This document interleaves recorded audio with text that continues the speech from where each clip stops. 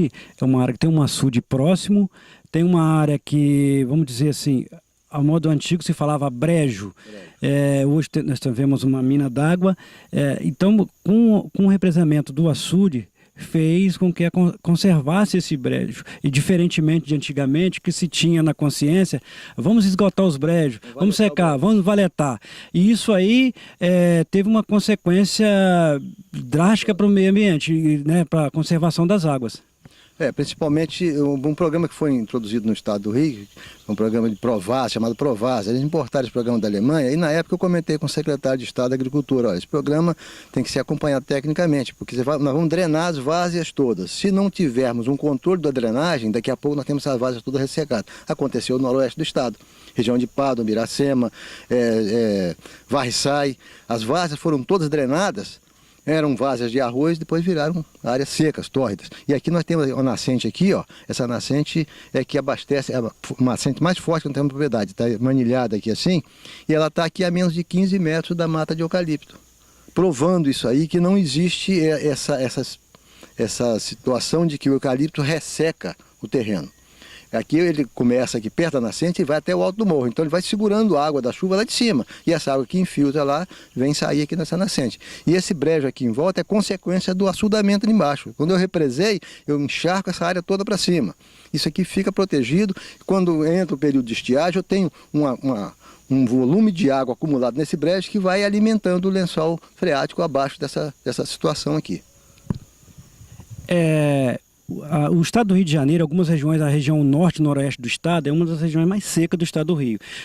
O município de Aperibé, como por exemplo, é o município que tem a menor quantidade de mata plantável. É o município mais seco do estado do Rio e devido a esse desmatamento que foi feito há alguns anos atrás, o município vem sofrendo com isso. O senhor acha que ainda tem possibilidade desses municípios a médio e longo prazo ir se recuperando para poder recuperar principalmente a água, que a água é o bem maior que nós temos no planeta? Tem solução técnica para isso. Agora, é o que eu falei no começo, a gente precisa ter um apoio financeiro para que isso funcione de fato. Tem que ter produção de mudas, tem que ter incentivo ao produtor, recursos para ele fazer esse trabalho, tá certo? É uma coisa que nós vamos começar a fazer um trabalho que foi destruído ao longo de muitos anos. Foi o desmatamento, foi a exploração inadequada do solo, então temos que procurar recompor esses solos degradados, recompor a vegetação florestal. É demorado, mas se não fizermos, nós vamos ter escassez de água cada dia mais acentuada. Tá certo? É possível recuperar isso. Existem técnicas agronômicas que permitem a gente fazer esse negócio todo aí. Ainda há uma resistência por parte de muitos produtores, como preservação de águas, preservação de nascente. Temos muito ainda.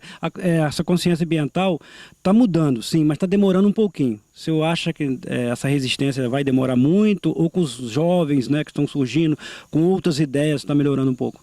O processo educativo sempre é demorado, né?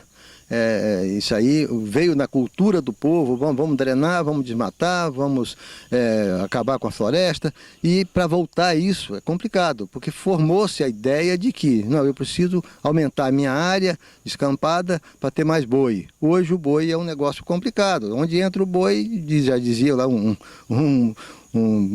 produtor antigo, onde entra o pé do boi sai o pé do homem. Então você tem que ter um equilíbrio. Você pode ter o boi, mas com a exploração nas áreas adequadas para ele, e sem prejudicar as áreas de nascente, sem prejudicar as encostas, sem prejudicar as culturas econômicas como um todo.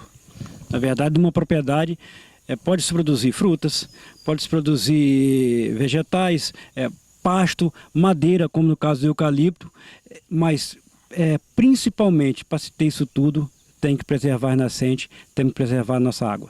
Tem que ter com uma consciência técnica, né, e uma informação técnica também para isso. Porque, infelizmente, eu lamento que pouca gente, poucos técnicos se dedicam a isso, e poucos técnicos têm o conhecimento necessário para orientar os produtores como proceder em situações dessa natureza. Vemos ali na frente, era uma escola, né, rural, e aqui do município de Cordeiro, aqui mais precisamente na Pena.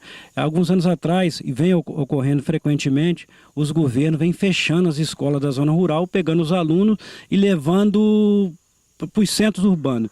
Isso aí não vem causando também, de certa forma, um êxodo rural? Facilitou muito, né? Estimulou o êxodo rural. E você vê que o crescimento da cidade, o crescimento desordenado da cidade, está gerando a situação toda que nós temos no Brasil hoje.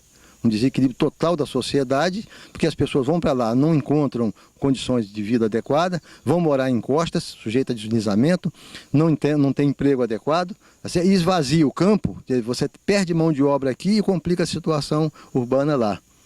Com a complicação da situação urbana, você tem problemas de lixo, você tem problemas de saneamento, você tem problema de esgoto, você tem problema de tudo. De violência, inclusive.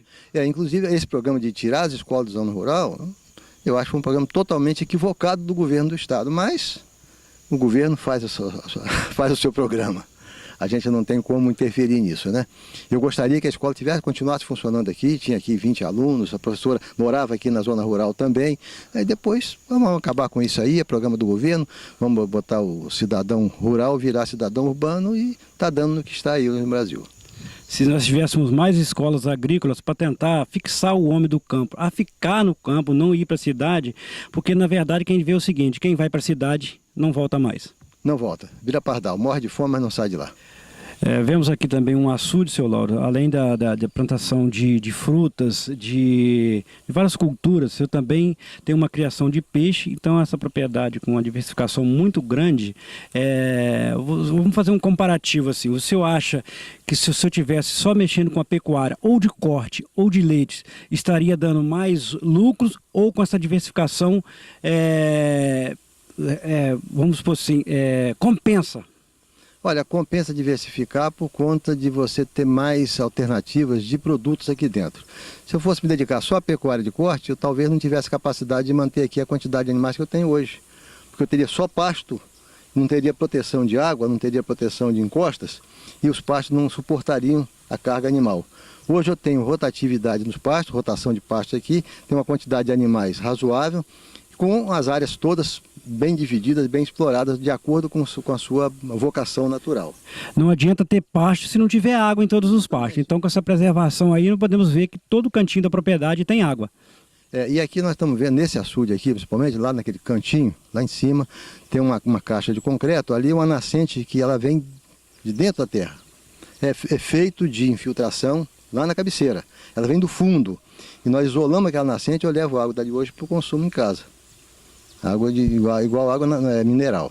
E ela não recebe água, ela joga água para o açude não interfere na qualidade de água dela. E essa água toda que passa aqui hoje, você vê, é nascida dentro dessa microbacia nossa aqui. Se eu não tivesse isso aqui, não teria esse volume de água. Provavelmente, se não tivesse esse açude, se não tivesse a preservação das nascentes, se não tivesse esse rodízio de água, você leva a água da parte baixa da propriedade para a parte mais alta. Provavelmente não teríamos essa quantidade de água aqui. Exatamente. A coisa seria um vale seco, né, drenado, como é costume acontecer nas propriedades mal conduzidas ambientalmente. Outro ponto, doutor Lauro, as grandes cidades brasileiras, as grandes capitais, como Rio e São Paulo, recentemente teve até um tipo de atrito entre o governo do estado do Rio com o governo de São Paulo sobre a retirada da água do Rio Paraíba para levar a abastecer represas da cidade de São Paulo. O senhor acha que a previsão aí de cientistas que daqui a 20, 30 anos, muitas cidades ficarão sem água? O senhor acredita nessa possibilidade se não for feita alguma coisa? Esse é o cenário que está pintado aí, se a gente não reverter a forma de atuação nessas áreas. A transposição de rios é uma técnica que se usa, mas é uma coisa nociva para aquele rio que está sendo sugado. Você tem noção, o Rio Paraíba do Sul, ele perde lá em Barra do Piraí 66% da sua vazão para abastecer o Rio de Janeiro. São tirados em Barra do Piraí, é bombeado diariamente, todo dia, 24 horas por dia, 66% da vazão do Rio Paraíba. Então essa retirada de lá complica a situação do Rio Paraíba cá na parte baixa, na região além Paraíba, de Cantagalo, até chegar em Campos. Por ver que de vez em quando a televisão noticia o mar está invadindo, está avançando para cá, porque o rio não tem força para brigar com o mar. O volume que ele jogava de água ali, ele brigava, havia um equilíbrio natural. Ele jogava água para lá, o mar jogava água para cá e ele estava sempre no equilíbrio. Hoje o que acontece? Ele não tem volume, ele perdeu energia com a retirada de água de lá, então o mar avança para cá. Tá certo? Isso aí nós podemos perceber em São João da Barra que vem acontecendo muito esse tipo de coisa. Exatamente. O mar invadindo o rio exatamente por essa falta de força do rio, de pressionar o mar pressiona o rio e, consequentemente, a cidade que fica próxima ao litoral vem sofrendo com isso. Agora, as grandes cidades como o Rio de Janeiro, eu só vejo solução para o problema de água delas se partir para dessalinização. Hoje, da ontem saiu uma notícia disso, no Fortaleza está montando uma estação de salinização de água para abastecer, se não me engano, 17% da população da cidade, porque os açudes que tem lá em cima, que abastecem a capital, não estão dando vazão mais. Houve uma estiagem muito grande, uma seca de quase 6 anos consecutivos no Nordeste, e essa estiagem provocou um rebaixamento do nível dos reservatórios. Então não estão tendo capacidade de abastecer a cidade. O Rio de Janeiro hoje vive à custa de água do Paraíba do Sul. Que é jogado no Rio Guandu. O Rio Guandu é um riozinho pequeno, tá certo? Então lá tem um projeto inteligente porque gera energia e produz água para a cidade. Mas daqui a pouco, com um crescimento populacional, aquele volume de água não vai ser mais suficiente. Vão ter que buscar outra alternativa. E a dessalinização é um caminho. Agora eu tenho um amigo que diz o seguinte: o homem não acabou com a água do mar ainda porque Deus fez a água do mar salgada, senão já tinha acabado com ela também.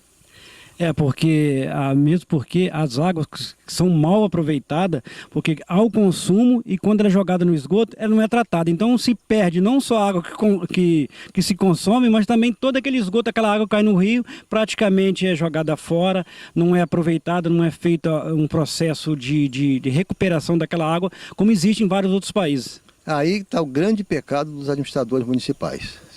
O governo federal fez um programa de resíduos sólidos, que era para ser implementado até 2012, ninguém fez coleta adequada de lixo, poucas cidades fazem. O tratamento de esgoto, nenhuma cidade, muito poucas cidades fazem. Então, os gestores municipais são grandes responsáveis por isso, porque eles têm que cuidar disso aí. A água que chega na cidade, a água que chega em Cordeiro, por exemplo, em Cantagalo, é uma água que é coletada em Monerá, altamente poluída, porque para cima não tem tratamento de esgoto. Então ela chega em Cordeiro, tem um custo de produção, de processamento muito caro e vai para Cantagalo e Cordeiro. Depois de lá, ela volta para o rio suja novamente, porque recebe todo o esgoto sem tratamento. E aí quem está para baixo que se dane. Então esse é um pecado dos gestores municipais, que não brigam por essa coisa. Não brigam talvez porque não tenham visão, não tenham conhecimento do problema técnico em si. Hoje no pesa muito mais o aspecto politiqueiro do que o aspecto econômico, social e ambiental. Hoje no município de Cantagalo, nós temos o distrito de São Sebastião do Paraíba, que é o único distrito de Cantagalo que todo o seu esgoto foi feito um projeto em parceria com o governo federal e todo o esgoto do distrito é tratado. Então, não vou dizer que a água sai 100% despoluída dessa estação de tratamento para o rio, mas ela sai uma água bem mais limpa. Isso aí já é uma solução que deveria ser olhado com carinho pelos nossos governantes. Nós temos um exemplo muito bom disso aqui, em Macuco, a cooperativa de Macuco faz um tratamento de esgoto da toda a indústria dela e devolve a água tratada acima do ponto que ela faz a coleta para o uso próprio. Então o projeto já previa isso, ela trata o esgoto e volta com a água limpa acima do ponto que ela faz a coleta, para garantir que ela está fazendo um trabalho 100% eficiente. Uma outra coisa, doutor Lauro, é que nós sabemos que a água é um direito universal de todo cidadão do mundo. Mas, na verdade, a água hoje é vamos dizer assim, uma mercadoria cara e a água está sendo privatizada e que mais sofre são as populações de baixa renda. O que o senhor tem a dizer sobre isso?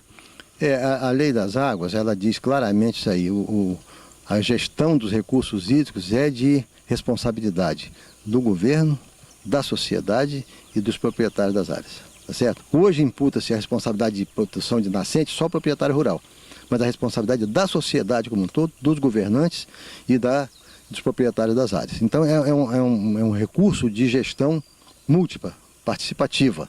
Não posso atribuir a responsabilidade só ao proprietário, não posso atribuir a responsabilidade só ao governo ou só à sociedade. Então, se a sociedade não participar, o negócio não adianta, não funciona. Foi criado...